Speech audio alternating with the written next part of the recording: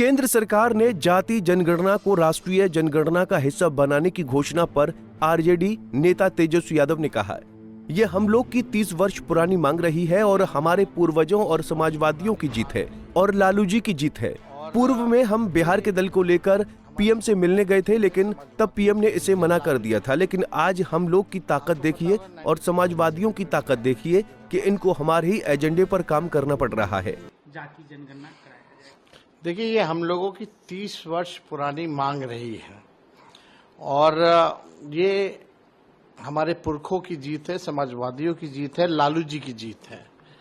आपको पता होगा 96-97 में भी कैबिनेट से जो है पास किया गया था कि 2001 का जो होगा उसमें जनगणना जो होगी उसमें जाति आधारित गणना भी कराया जाएगा। लेकिन उस समय अटल बिहारी जी सरकार में थे 2001 में, तो ये नहीं हो पाया। फिर हम लोगों की मांग थी, मनमोहन जी प्रधानमंत्री बने 2011 में हुई, तो जातीय जनगणना जो है और इसमें इंक्लूड किया गया था। और पहली बार 17 महीने में किसी राज्य ने अपने बलबूते जो है कराया, तो वो महागठबंधन हमारी सरकार थी।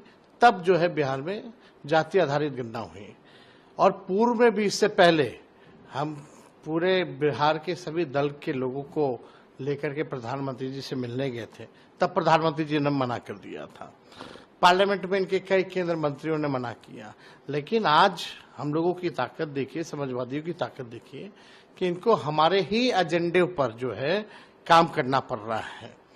तो अब हमारी अगली लड़ाई ये होगी कि जब ये जनगणना होगी जिसमें इंक्लूड किया जाएगा कास्ट सेंसस का भी, तब उसके बाद जब नतीजे आएंगे तो पूरे देश में और पूरे देश के जो विधानसभा चुनाव में हमारी मांग रहेगी कि पिछड़ों और अति पिछड़ों के लिए भी, जैसे दलित और आदिवासी भाइयों का आरक्षित सीटें हैं, उसी प्रकार से पिछड़ों और अति पिछड़ों का भी जो है आरक्षित सीटें जो है वो करनी पड़ेगी। ये लड़ाई हम लोग जो है लेकर के चलेंगे, क्योंकि जो फाइंडिंग्स होंगे, हम लोगों की जितनी आबादी है उस हिसाब से हम लोगों की भी भागीदारी होनी चाहिए।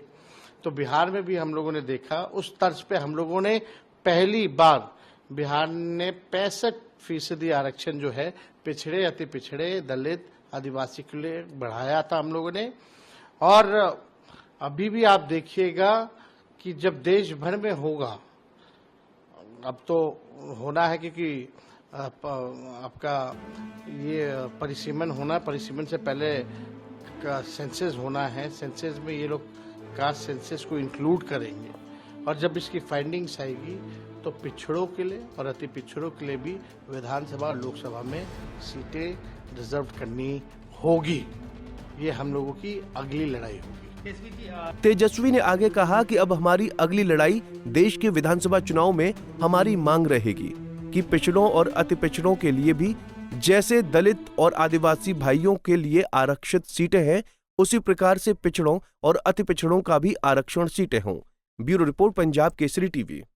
हमसे जुड़े रहने के लिए हमारे YouTube चैनल को सब्सक्राइब करें और नई वीडियो की नोटिफिकेशन के लिए बेल आइकॉन को दबाएं।